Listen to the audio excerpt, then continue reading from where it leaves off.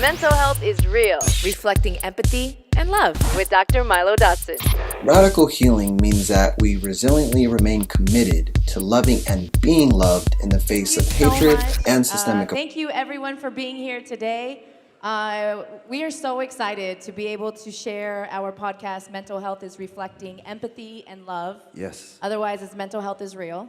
There's a little acronym there. And we also want to thank you guys for being present. I mean, it takes, when you talk about mental health, you kind of almost get people a little scared. What are we going to talk about? Is this a therapy session? Well, And what I get is, why are you analyzing me? Right. Don't judge me, doctor. Don't judge me. So that was the main reason why we wanted to do this podcast, because there's such a stigma in our Black and brown communities. As being a Mexican-American woman, you hear the term no estés llorando, which don't cry. You hear the words, suck it up, get over it. And I know Milo, growing up as a Black man in our community. Yeah, absolutely. So when I was a young Black boy, I didn't have the opportunity and I wasn't encouraged to express my emotions. In fact, I was told, don't express your emotions, don't cry, stop being a little girl, suck it up, get back out there. And I didn't actually feel supported in that. Whatever people thought that they were actually trying to do, it was actually more limiting than supporting. Right, so that's important for us because as a platform that I have every single day on a daily basis, I get to meet some beautiful people. And I sometimes hear that their voices aren't being heard. So when I met Milo, Milo has already been doing the work. I mean, he works at UC Irvine's Counseling Center. He's a senior staff psychologist there. He's worked with Common in his Common Ground Foundation. As Dreamers and Believers Summer Youth Camp. He's also done work with Nnamdi Asomugha and Kerry Washington and AKA their foundation. Olivia Pope. Any Scandal fans? Scandal fans? Yeah. I know. And Tiger Woods Foundation as well. So meeting Milo and having my platform, it just kind of felt that we had to do something together. And I'm so thankful and honored to do this with Katori Walker because of his messaging that he provides to everyone. And without further ado, let's go ahead and welcome Katori Walker to the stage. Yeah. Hello. You got a lot of fans out here. I do. A little bit. And on the stage too, we're fans too. I know you're gonna have a little surprise for us towards the end, right? Yep. And we're really excited about that. We also want you guys to listen to our conversation, and if you guys have any questions, we are gonna save some time to have questions and answers towards the end of the podcast. And I'm gonna let these two gentlemen continue the conversation as I put on my producer hat.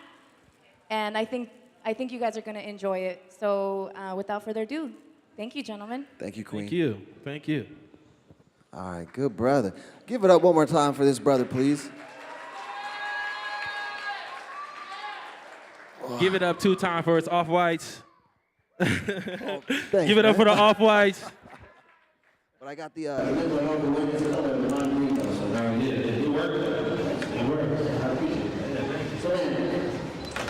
First and foremost, we heard that you're an amazing hip-hop artist in Pasadena, California. And we know all about the work that you do and the artistry and the songs that you put out. The first question I want to ask you is, who is Katori Walker? Who are you? Well, first of all, you guys know that I'm an artist. Yes. Secondly, I am a father, which is an amazing thing. Beautiful. I have an amazing 8-month-old daughter. Her name is Mia. She's here somewhere wearing a Katori Walker t-shirt and supporting her one fan. There's Mia. Make some noise for Mia. I feel like, just to explain myself, I feel like Katori is the best way I could say it is an extroverted introvert. I mean, introverted extrovert. So someone that knows how to separate themselves, but someone that also knows how to include themselves, and someone that is very easygoing. I like to consider myself like a chameleon. Like I know how to handle myself in every aspect of different crowds and stuff. You can adapt and be flexible. Exactly. Right. Okay. Yeah. So that's basically, to sum me up, I feel like I would just say like a social chameleon, a social butterfly. Okay, cool. So as this social butterfly, as this chameleon, what drives you? What pushes you forward? What are those motivating factors for you? Well, there's a lot of motivating factors. One major one is I always told myself, just on a music aspect, I told myself I would never be happy doing something that I didn't love to do. You know what I'm saying? So Yes. that drive of like, yo, I love doing music, and that's one thing that I know for sure that's gonna make me happy, 100%. You know what I'm saying? So I don't feel like my life would be complete if I wasn't doing music. So that's one thing that drives me. And then secondly is like I grew up not having much. Me, my siblings, my brothers, my sister, everybody, we grew up not having much. So that also drives me is like, yo, I have a child now, and I don't want her to experience the things that I experienced in the tough and the hardships and stuff like that. Even though it made me a great person, I'm a great individual, I feel. You know what I'm saying? Yeah. But there were certain things that I wish I didn't have to go through to get to a certain place, and I don't want my daughter to experience those things or any children that follow after that. 100%. You know what I'm saying? And then another thing is just to touch on ignorance is the death of my brother. That changed my perception on a lot of things. And you know, you have friends die, you have homies die, you have even cousins. But when it's someone that you slept next to, you know what I'm saying, someone in the bunk bed above you or the bunk bed right next to you, it's a different feeling. You know what I'm saying? And that changed my life and changed my perspective forever. So that drives me, and just seeing like my mom and my dad, they're very strong people. And to see my mom cry, I never want to see that again. You know what I'm saying? So that's what drives me. I want to see my mom happy. You know what I'm saying? I want to see my dad happy. So that driving factor, and just knowing like, yo, of course, the same thing is like, yo, we want to buy our mom a house. You know what I'm saying? Of course. Yeah, absolutely. But you know what I'm saying? A lot of times I see my mom and I'm like, yo, she might ask me for something. I'm like, I'm supposed to be asking you. You're supposed to be the baller shot caller. Right, you know what I'm saying? And I want right. that. I want that for my mom, and I just want her to live the best life possible. Same with my dad and stuff like that too. So those driving factors is literally what pushed me so hard. I get that, man. I think growing up with just me and my mom, single parent household, I understand that strong connection and how much you really, really just want to give back and be connected and show that love and receive that love. And I think what you're hitting on there is such a beautiful, unique perspective, because in your video from Ignorance, when you're on the sidewalk, there's such a powerful connection between the viewer. Has everybody seen the video that we're talking about from Ignorance? Yeah, so if you haven't seen it yet, like, as a psychologist, I recommend it, but first and foremost, before I was a psychologist, I was a black man in America, and no matter what we do for a living, we're black men in America, so I highly, highly recommend that. So in the video, you have such this powerful, resonating connection with the camera, and there's so much vulnerability, and there's so much raw emotion there. Yeah. And I'm just wondering, like, as an artist and as a black, like, what was that like for you to think about all the prep leading up to that, but then also in filming that? Like, what's that process like? It was very hurtful. Like the pain in that video was real pain. Yeah. When my brother passed away, I thought about what did he feel like? What was the thoughts going through his head as, you know what I'm saying, he's bleeding out his neck and he's panicking and he don't know what to do. And I thought about that, and I thought about where was his mind going? Why did this happen? Why did that cause that? Why did, you know what I'm saying, the other side do what they did to him? You know what I'm saying? Was it really for a purpose? And that consistently ran through my mind over and over. I literally couldn't sleep. Every night I'm waking up having nightmares of literally seeing his face and like wondering like, what did he feel like? And then that was my depiction of what he felt like. Like, yo, even though my brother lived a certain life his way, nobody wants to die. At all. No matter what, if you in a gang or no matter if you doing reckless stuff with your life, nobody truly, truly wants to die. You know what I'm saying? Some people do want to numb pain, but nobody truly wants to die, you know? So in that thought pattern running through my head, I'm like, yo, I have to paint a picture of what I think my brother's last moments were. Right. And that's what that was. And it was very tough. It was actually tougher recording the song. Laying the vocals and everything? Yeah, because we shot the video like 4 or 5 months after he had passed away. But I wrote that song, literally, he passed away on a Friday night / Saturday morning. Literally, by that Monday, I wrote that song.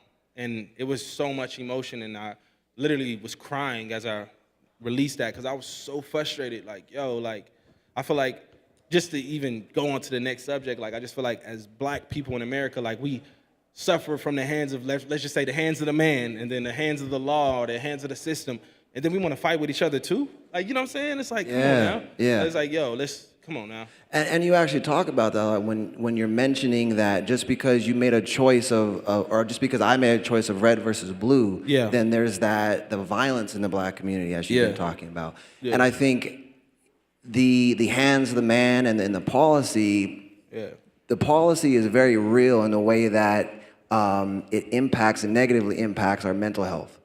And what we see in psychology now, and what I've seen in my clients, is an increase in race-related stress. And so when people are coming in, I was on urgent care the day after the presidential election. Mm-hmm. And man, to be honest, I needed to talk to somebody that day. Yeah. And so to be able to hold space for people and just be like, you know what, today sucks. Yeah. And there's intentionality behind some of the triggers of policy, and I think we need to really address that. Yeah, definitely. I think just to even touch on what I felt the day Trump was elected, it was scary. I don't know if everybody else was scared, but I was really scared. I didn't know what was to come. You know what I'm saying? The fact that we all still here having this, you know what I'm saying? I didn't expect this. I just knew we were going to enter like a war or some type of crazy stuff, you know what I'm saying?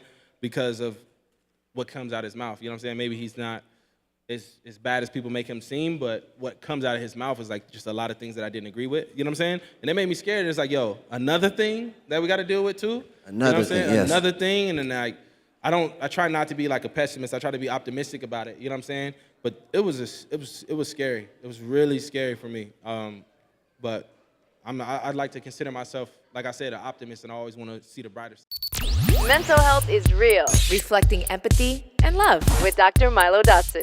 Radical healing means that we resiliently remain committed to loving and being loved in the face of hatred and systemic oppression. So in that balance of finding the brighter side in things and the silver lining and being optimistic, when you're finding that you are stressed, how do you know that you're stressed? Because I think a lot of times we're being irritable with people, or we feel sad, or we're kind of lashing out, or like you said earlier, we're numbing the pain with weed, we're numbing the pain with alcohol. Yeah. But for you, like, how do you know in the first place that you're stressed? Well, I have anxiety, so sometimes with my anxiety, it's a physical feeling. So I might get chest pains, I might get headaches, I might be lightheaded. It's a physical feeling that I know I'm stressed. You know what I'm saying? Or if I feel like I can't make a decision, or I feel extremely unbalanced, like I gotta do this, I gotta do that, I gotta do this, I gotta do that. So it makes me that is an indicator of stress for me personally. I can't say what everybody else feels when they feel stressed, but for me personally, if I feel like I can't make a decision, or if I feel like my judgment is cloudy, or I feel like a million things are coming at me at once, then that's how I know, like, yo, my stress level is extremely high. So in the journey that you've been on, have you found that there's been other outlets for that stress in addition to music, or is it really music for you? It's really music. So what amazed me was how much music was a stress reliever for me. So like just going back to the passing away of my brother, right? When he passed away, all I can think about was I need to say something. And I couldn't run to my family because they're going through the same pain that I'm going through. So like I said, my mom is a strong person and she don't cry, right? But seeing her cry makes me want to cry. And then I just want to sit in my sorrows, you know what I'm saying? So I'm like, yo, if I express this through music, you know what I'm saying? It's just literally just me, and the mic is like my therapist, right? And then I just talk into the mic. I just talk and just say how I feel 100%. To be able to get it out. Just to be able to release it, yeah. Yeah, just to be able to get it out. And honestly, once I released that, I felt like I skipped like a couple steps in the grieving process. That's what I felt. Because once it came around time for, his funeral service, like, I felt like, yes, my brother has passed away, but now I'm already in the zone. I'm mentally like, yo, nobody else should have to bury their son. Nobody else should have to bury their brother. You know what I'm saying? Even though I see my brother in a casket, I'm already thinking, how can I make sure that my homie from down the street don't get put in a casket? How can I make sure that my other brother don't get put in a casket? You know what I'm saying? So it just helped me skip a couple steps in the grieving process, and it helped me push me forward. So one of the things I'm hearing you say is what a a lot of people feel is good for them is, like you said, to be able to release that anxiety, to be able to release that sadness. And I think what we know about pain is that pain demands to be felt. Yeah. No matter if you're an artist, no matter if you're a psychologist or a beautiful radio personality, pain demands to be felt. And I think having the opportunity to take the power and the intention, saying like, look, this sucks. Let me actually do this to get rid of it. Yeah, and to be able to work through that, that's really powerful. Yeah, definitely. It was, like I said, it was the music became like the light in the darkest tunnel, And honestly, when I released that project, I just literally made it for like literally 20 people. I had the groups, because ironically, I was mad at my brother's friends also, and then I was mad at the people who did the killing also. Because I was mad at his friends, like, yo, you knew he had children. You knew he had a life. You could have been like, nah, bro, let's stay in the house today. You knew something was coming. You know what I'm saying? That was my perception. You know what I'm saying? And it's like, if I'm your brother, right? If I'm your brother and I truly, truly love you, I'm gonna tell you, hey, it ain't safe. Don't do that. It ain't safe outside. Right. You know what I'm saying? That's real love. You know what I'm saying? It's like, yo, I want you to live. I don't want you to do reckless stuff. So when I made that, I was so angry and frustrated. I had people's faces in my head as I'm writing those songs. And once it came time for it to come out, and seeing that it was so well received was like even more of a stress reliever. You know what I'm saying? It's like, yo. Absolutely. You know what I'm saying? Oh, they get it? Oh. And then like a friend of mine, who was also a friend of my brother's, he hit me up on Facebook like, yo, I was so frustrated until I heard your tape. I wanted to kill somebody, and I realized I'm gonna be in the same cycle. That touched me. You know what I'm saying? It's like, yo, I just changed your perception? What? This was me ranting. This is my pain. Right. And I touched your soul. You know what I'm saying? So it was an amazing But I think by you being able to acknowledge your pain, by you being able to express that, you give others that inspiration and motivation to be able to release theirs. Yeah. Because you validate that pain. You help people know, like, look, I'm not the only one going through something. Yeah. And what you were talking about with your brother's friend, actually a question I was going to ask, how do you balance like your journey of growth and your kind of quest for this positivity with other negativity or other people who may not be at that same place? Because we all have those people in our lives, right? Yeah. The way I tend to balance is everybody has their own journey and everybody deals with pain differently. Everybody deals with pain differently. Some people express it. Some people write it down. Some people take drugs. Some people drink alcohol. Everybody deals with pain differently. And I'm not judging nobody. I'm not here to crucify anybody or anything like that. I understand. You know what I'm saying? In me trying to understand everyone, it gives me peace in a sense. That's what I try to say. Like, Okay. I'm gonna try to understand your pain instead of like almost like a God complex looking down on them. Like, oh, you're doing A, B, C, and D. It's like, yo, I understand that you're going through pain, so it gives me peace because I've been there too, in a sense. Yeah, that really resonates with you, right? Yeah. Like you can acknowledge somebody else's pain and know that they have a different process from yours, but that we all go through that pain. Exactly. And in that, I'm even wondering, like, how do you manage that conflict, either with like yourself or with other people? Because we've all been through those arguments, right? Yeah. We've all had those nasty cries with people that we love. Yeah. We've had those arguments, verbal arguments with people in our lives. Like, how do you work through that? My main thing is, like, I do not like to see people sad at all. Nobody, whether it be my child, my sister, my brother. I don't want to see nobody sad. You know what I'm saying? So Okay. I'm very, very selective with my words and my frustration. Like, I'm the type of person where, let's just say I'm in the middle of an argument, I'm walking away. You might really hate me for walking away. I might be a coward or whatever you want to call me for walking away, but I will because I don't want to say nothing that's going to make it worse. You know what I'm saying? Until I separate myself from this frustration and analyze my feelings, then I'll come back like, yo, okay, this is where I'm at. This is what I meant to say. This is what So in that process of taking that time away to take that breath to cool off for a second, how do you know when you're ready to re-engage with people? Because I think, and the reason why I'm asking you that is because a lot of people don't know that they need that breath. Yeah. And a lot of people don't know when it's good for them to come back. So what people do is, like those who need breath, for example, they'll just stay in it. And they'll just keep yelling, and they'll keep yelling without recognizing that. So how do you know when it's time for you to come back that way? Well, my gift and also my curse is I'm an extreme overthinker. I like to, well, it's not a thing I like, but I overthink about everything. So I think about, yo, if I stay here, right, my emotions get high, your emotions get high. Two negatives, and not, this ain't math. If you're negative and I'm negative, it's not gonna make a positive at all. This is not multiplication at all, right?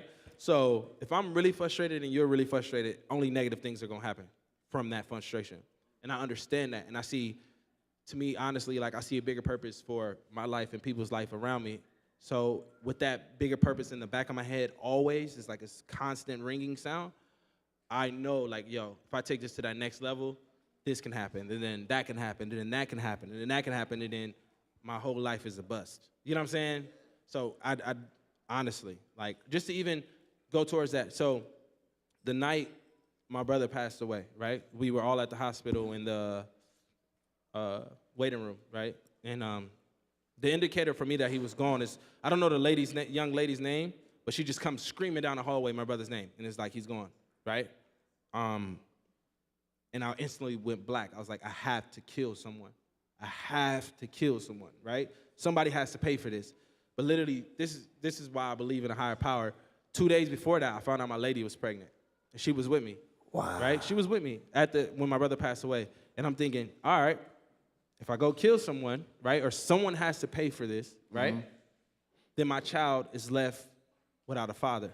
So now that's two of my mom's sons gone, whether I'll be in jail or something happens to me, right? So that's two of my mom's sons gone for someone else's frustration. You know what I'm saying? When my brother passed away, it wasn't his frustration that led to his death. It was someone else's frustration, right? So two of my mom's sons gone due to someone else's pain.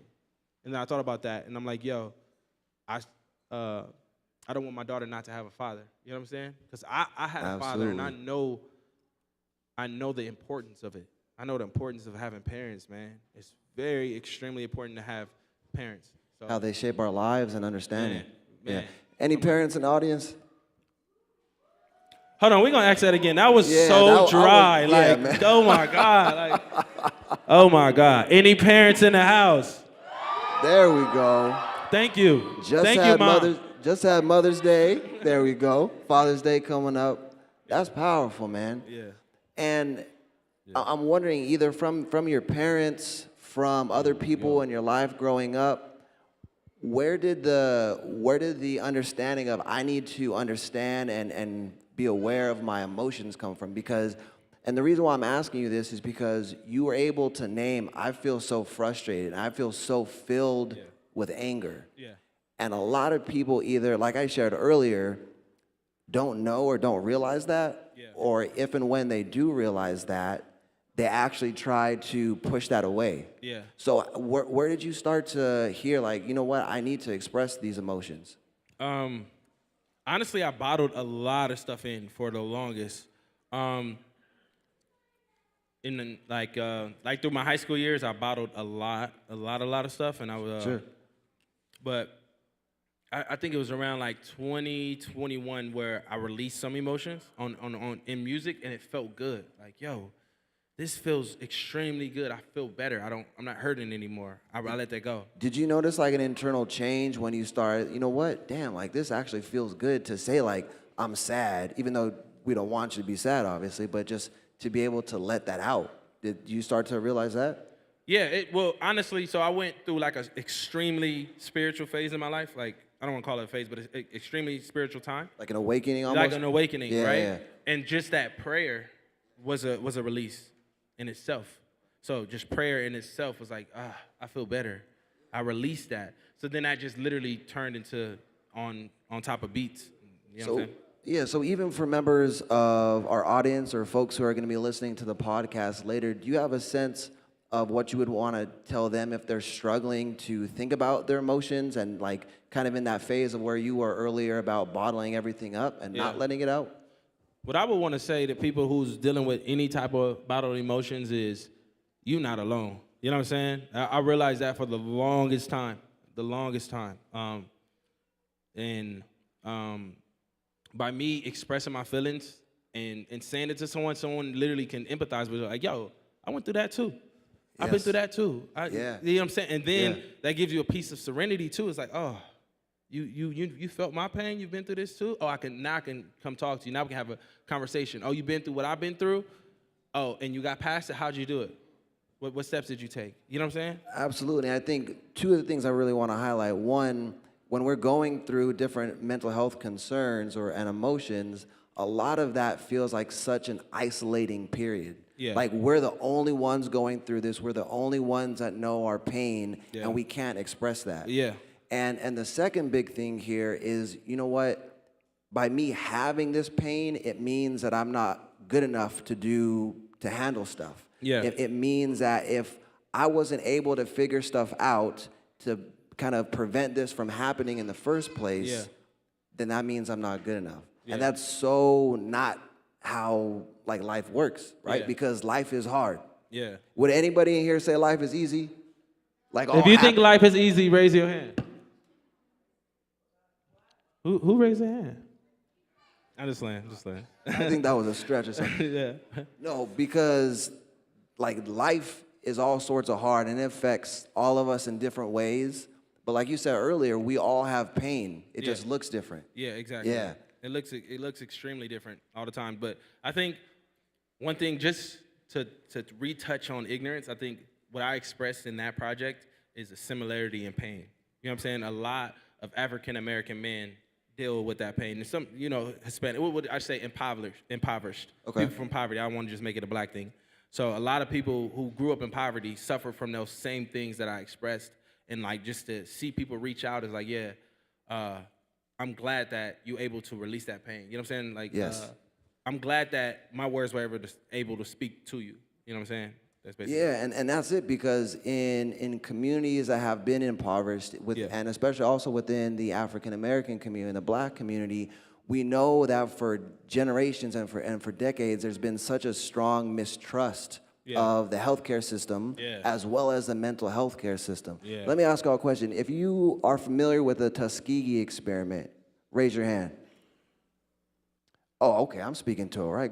Yeah, you speaking to the crowd. Man, today, so for those who didn't raise your hand or for whatever, so there's such a mistrust there because black men in Alabama who were farm workers were intentionally injected with syphilis and then studied about that.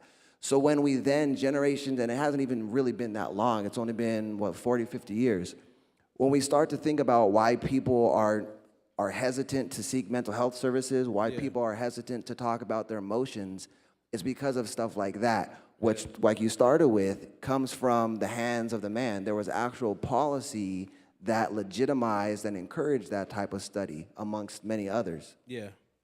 And I think going back to the mental health piece, I really just want to ask you, simple, straightforward question for you, what is mental health? Mental health is like, I feel like it's described in its name. It's just making sure that your mental is healthy. I feel like mental health is not taught enough. It's not taught enough. No, not at all. And then I was thinking about that earlier today, because this is just me being open about mental health. Earlier today, I had an anxiety attack about this speaking, because this is something different. You know what I'm saying? Absolutely. So I don't know. I was thinking about my mental health, and I was thinking about, how do I get rid of this? You know what I'm saying? Okay, maybe I should meditate.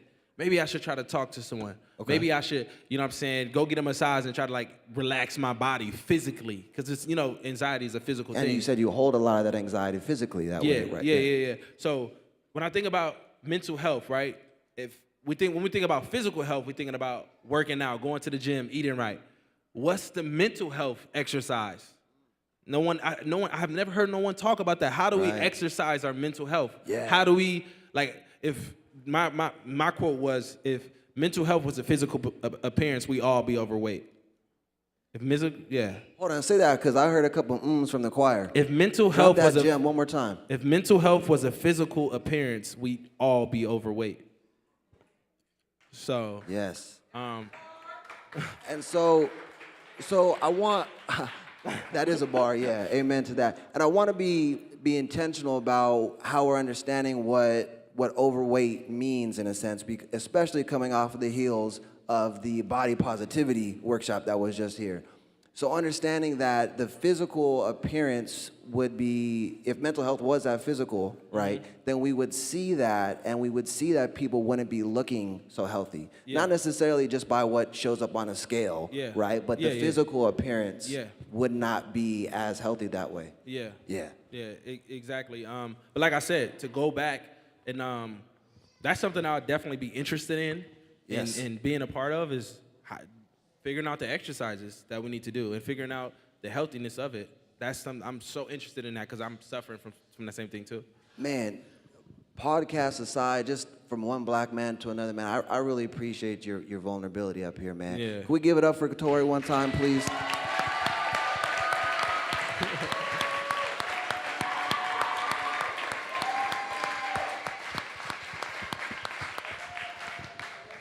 And I could be completely honest with you, bro. When I'm coming up here as a psychologist, I'm like, I'm be sitting next to this dope artist. Yeah. I'm nervous sitting next to you. Wow. And I think, like, I listen for a living, right? Yeah. But I don't necessarily have a microphone when I'm doing therapy, right? Yeah. And so what I'm trying to show you here is that just by highlighting and saying, you know what, I was nervous too. Being able to understand that there's more in common, just like you talk about in ignorance, there's more values that we have in common because everybody has that pain, and everybody in this room all the time has mental health. Yeah. All the time. It's not just about when you have a concern. It's not just when you have depression and or anxiety. You have mental health all the time. Yeah. And so as it needs to be taught and discussed in schools early on, it needs to be more normalized that way. Yeah, what was crazy is, I don't know where I saw it, but it was a teacher that had their kids meditate. They were like third or fourth graders, and they were meditating in class. You see that clip? Yeah, man. And I was like, yo, that's amazing. You know what I'm saying? I was jealous, man. I didn't even have that myself. Yeah, meditation is such a new concept to me. You know what I'm saying? Like literally this year after the passing of my brother, that was such a new thing.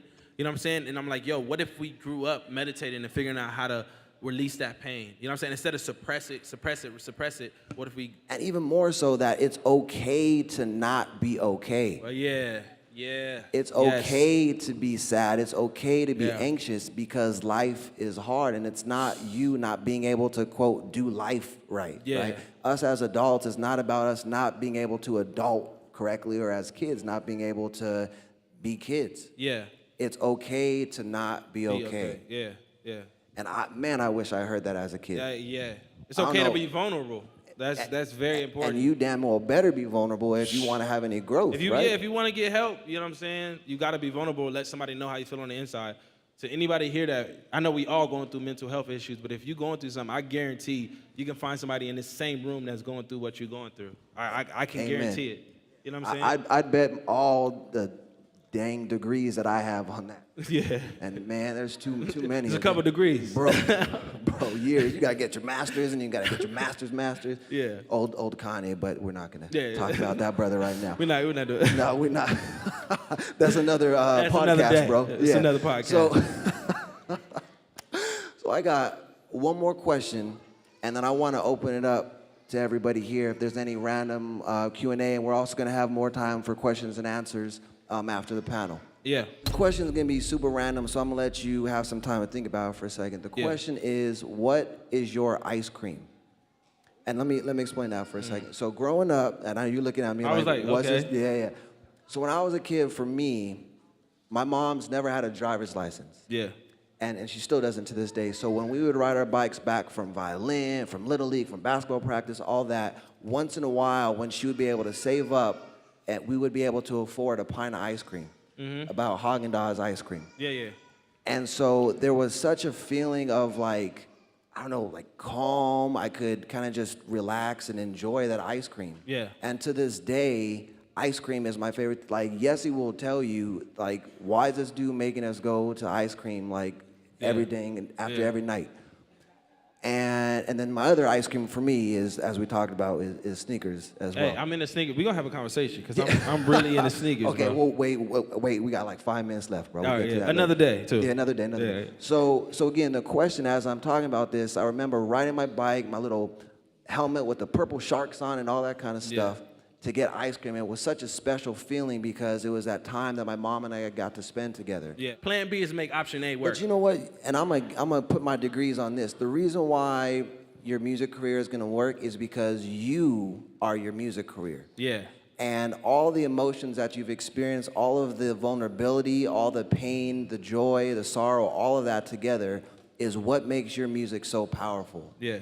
And that's what everybody looks for in their lives and in their profession. Yeah. So again, your music, you're more than just what you do, but what you do is a part of who you are. Yeah. And that's why you succeed, brother. Thank you. That's why you Thank succeed. Thank you. Give it up for Katori Walker one more time, please. Yes. I would never second guess that because I love myself. And in order to continue being a better me, I have to continue being me. You know what I'm saying?